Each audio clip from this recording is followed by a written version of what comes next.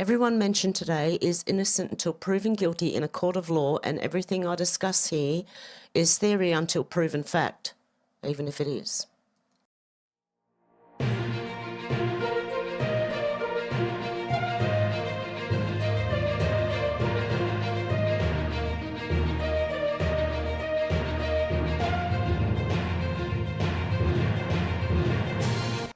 Okay, guys, we have 2 stories for you today because I wasn't on the ball on Twitter. So we're on the Gateway Pundit today. Hypocrisy alert. Senator Dick Durbin, who blocked Epstein client list, now demands release of recordings between Ghislaine Maxwell and the DOJ. So he hid it for years, and now that Trump's DOJ has met with Ghislaine Maxwell, he wants the info. Senator Dick Durbin, the same man who worked to block the release of Jeffrey Epstein's explosive client list, is now demanding that the Department of Justice cough up recordings, transcripts and notes from its private high-level interviews with convicted sex trafficker Ghislaine Maxwell. Durbin, who helped bury the names of Epstein's elite friends and enablers, suddenly wants transparency now that Donald Trump's DOJ is involved. Maxwell, Epstein's longtime accomplice and the convicted recruiter of underage girl for his elite sex trafficking ring, sat down for 2 intensive days of questioning with Deputy Attorney General Todd Blanche. One sec, guys. Bad time cough. According to a lawyer, Maxwell spoke about 100 people, answered every question and withheld nothing. Ms. Maxwell answered every single question. She never invoked privilege. She never declined to answer. She answered all the questions truthfully, said attorney David Marcus, who described her prison conditions as worse than what we would keep animals in. Yeah, that would be, according to the elite, of course. Any prison would be worse than what we would keep animals in. But now, after years of shielding the powerful elites who flew on Epstein's jet and partied at his private island, including Bill Clinton, who reportedly made 28 trips, Durbin has suddenly found religion on DOJ transparency. In a letter co-signed with Senator Sheldon Whitehouse, a Democrat, Durbin questioned why Deputy AG Blanche would meet with Maxwell himself rather than leave the task to line prosecutors. Are they the same prosecutors like Maureen Comey in that? Are they more like her, you know? Because that makes sense now if he's saying that.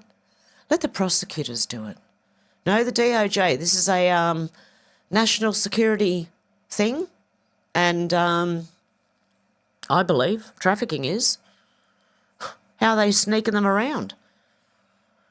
That's getting around your national security, isn't it? Anyway, but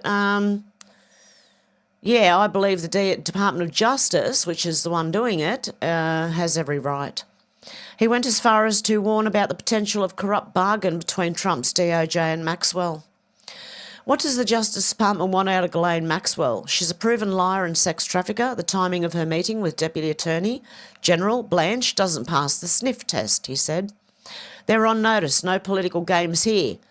The Senate Judiciary Democrats wrote on X. Of course they did. The letter reads as follows. We are writing to follow up on Ranking Member Durbin's initial inquiry of July 18, 2025, regarding information from Attorney General James Bond, reporting, including his July 7 memorandum calling the Trump administration's lukewarm review of investigative holdings relating to Jeffrey Epstein. Since that time, we have each since heard even more questions about the Department of Justice's transparency and mismanagement of information as it relates to the Epstein-Maxwell investigation and prosecution. Yeah, that was under mostly like Biden, Obama. It goes back to Bush. Why didn't they release it? On July 21st, 2025, you stated on social media that for the first time the Department of Justice is reaching out to Ghislaine Maxwell to discuss the Epstein case. You confirmed that this meeting took place in Florida on July 24, 2025, and continued the following day. While Ms. Maxwell is currently incarcerated in Federal Bureau of Prisons facility, serving a 20-year sentence, she has signalled interest in cooperating to discuss Epstein's business crimes. Yeah, we are disgusted, but that says discuss. The purpose and timing of this meeting are perplexing. Ms Maxwell was federally indicted and was tried in 2021 for aiding Mr Epstein's human trafficking of minors. DOJ's prosecutors did not seek her cooperation at the time. Yeah, the DOJ under Biden. Yeah. Okay, Maxwell refused in 2008 when he was locked up the first time. Yeah, who was that between Bush and Obama? Okay, Maxwell refused to plead guilty or participate in plea negotiations. Instead, she went to trial and was convicted. She has continued to assert her role in facilitating the abuse of minors by Mr Epstein. In fact, during Ms Maxwell's sentencing, she made the following remarks. I acknowledge that I've been convicted of helping Jeffrey Epstein commit these crimes. The greatest regret of my life is that I never met Jeffrey Epstein. Epstein fooled all of those in his orbit. His victims considered him a godfather, mentor, benefactor, friend, lover. He is none of those things, and I hope that this brings the victims measure of peace and finality. Really? She'd never met him. Okay. I'll just say that next time you get accused, I've never met them. In her public trial and sentencing, she was identified as Epstein's key co-conspirator. During prosecution, DOJ prosecutors argued in court that her willingness to brazenly lie under oath about her conduct, including some of the conduct charged in the indictment, strongly suggested that her motive has been and remains to avoid being held accountable for her crimes. This is highly unusual, if not unprecedented, for the Deputy Attorney General to conduct such an interview rather than line prosecutors who are familiar with the details of the case and can readily determine the witnesses lying. I'm sure they do. Like Maureen Comey, who let Diddy off, who gave Epstein a light sentence, who, according to me anyway, gave Ghislaine Maxwell a pretty light sentence, 20 years, for trafficking a lot of children. Oh, I don't know. Okay. In their effort to overcome an extensive record and to manage multiple investigations, a federal jury conviction of Ms Maxwell's history and DOJ allegations from this office, this act raises new questions of whether the DOJ may be willing to overlook known bad acts as part of a reduced sentence or leniency. No, they have not said that. Wake up. During the trial, former lead DOJ appellate official informed immunity to speak with Ms Maxwell, a prosecutor's incentive to secure cooperation from alleged co-conspirators in criminal cases, who she has already been tried and convicted. It seems likely this meeting is another tactic to distract from DOJ's failure to fulfil Attorney General Pam Bondi's commitment that the American people would see the Epstein files, especially in light of credible reports that the FBI actions helped to redact Epstein's logs in which President Trump was mentioned, but not Attorney General Pam Bondi or President Obama. Attorney General Bond. James Bond. Sorry, I can't help myself. Or President Obama. Okay. President that has since appeared in the files. Oh, yes, he was on the flight logs. He did not go to the island. As you know, Ms Maxwell is currently pursuing an online grievance in her 2021 conviction for her role in the same crime she is now offering to revisit. Given her documented lying and her role in the earlier abuse, DOJ must explain its actions. Maxwell may not provide the best information or accurate information in return for a payout or sentence commutation. Indeed, News Nation TV noted to reporters on the Friday she is allowed to produce files. I think they're a bit worried. What do you think? Maxwell has repeatedly offered to declassify and help save the secrets of your life files, and this may be the first time DOJ has reached out to Ms Maxwell to ask serious questions about her Epstein administration activities. This is especially true if this is the first time DOJ, instead of New York, reached out and promised Ms Maxwell. No one's promised anything. So he wants New York to be able to do it. Due to the serious questions about the potential for a corrupt bargain between the Trump administration and Ghislaine Maxwell, which is what they already did on the Democrat side, and the impact this would have on the victims and survivors of Jeffrey Epstein and Miss Maxwell's horrific abuses, the deep state side, not just Democrats, we ask that you make the following public commitments: that the DOJ will provide full transparency to the victims and survivors of Jeffrey Epstein and Ghislaine Maxwell and respect the law decisions the department makes regarding Ms Maxwell's appeal to the US Supreme Court, and 2, that the DOJ will not offer a pardon or commutation of sentence to Ms Maxwell in exchange for information or evidence for a pardon or commutation of sentence to herself, unless it is behalf to the White House in exchange for her cooperation in full. The victims and survivors of Jeffrey Epstein have been repeatedly let down in the criminal justice system.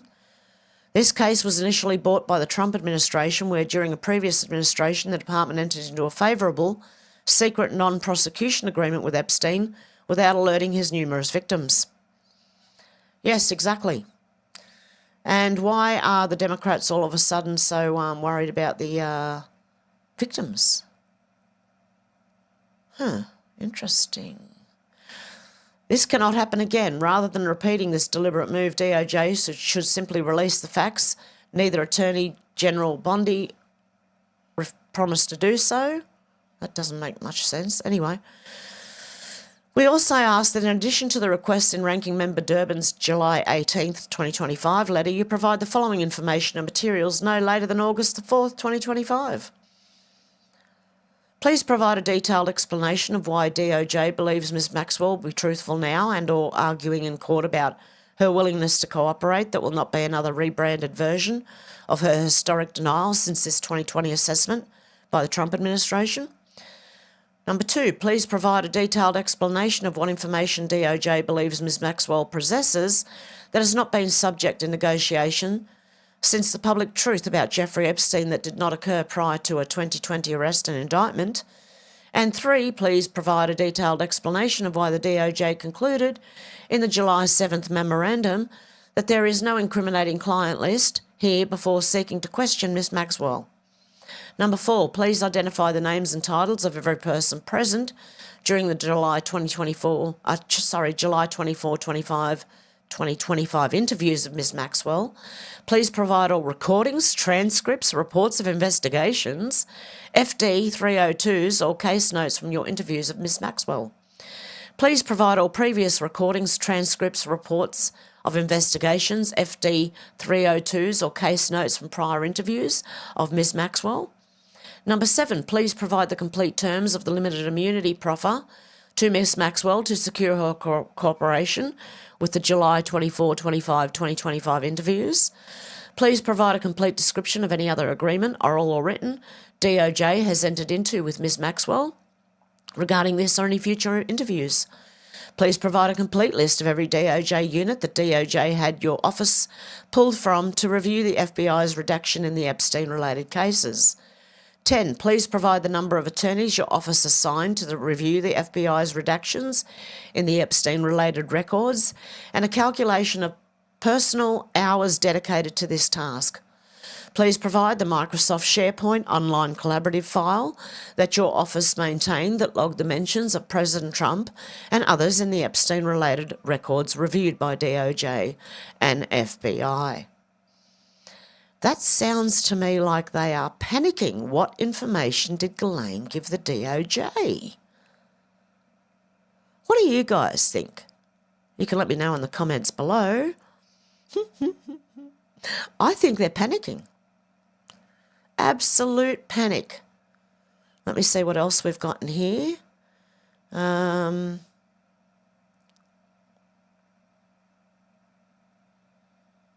Act Blue, this one. Breaking exclusive, Arizona State Senator Mark Finchem and whistleblower Sean Taylor uncover evidence of Act Blue real estate fraud and money laundering scheme in the billions, the motherlode of all financial crimes.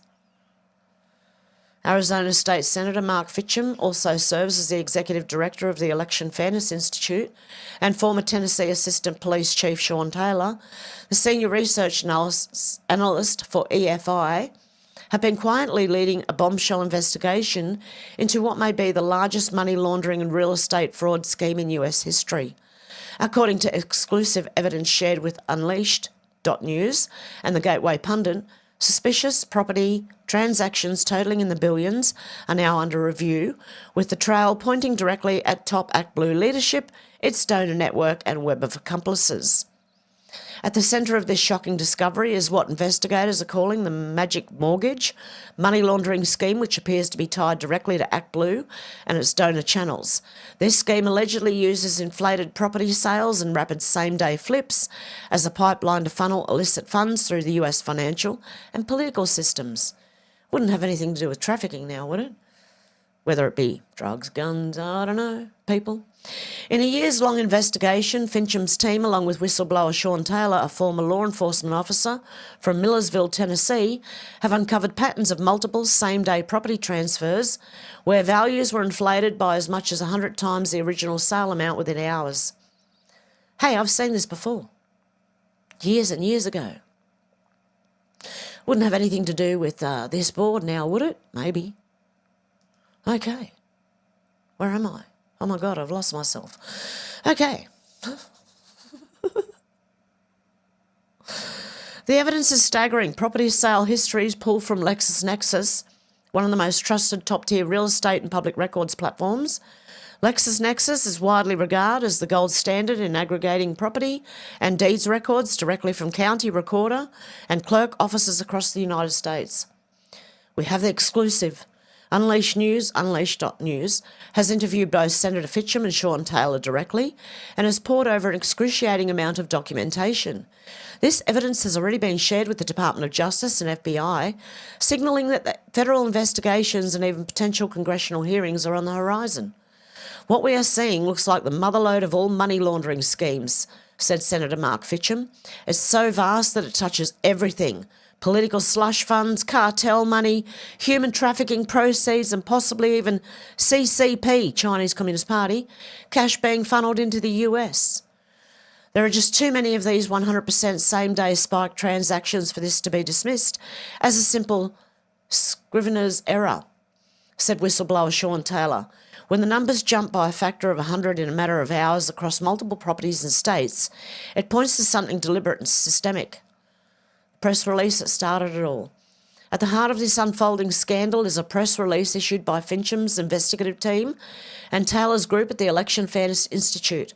This document outlines the first wave of properties under review and the shocking patterns emerging in their deed histories.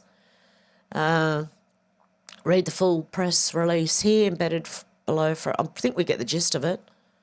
It's money laundering by ActBlue. How many pages are there? The investigation uncovered repeated cases where a property was sold at market value and within the same day transferred again for 100 times the amount. These weren't isolated incidents. Evidence pulled from LexisNexis shows this occurring across multiple properties in California, Texas and other states, with total suspicious value spikes estimated to hit billions of dollars. Unleashed.news has independently reviewed live LexisNexis data alongside Taylor, confirming that these transactions are embedded in the platform's official property history records.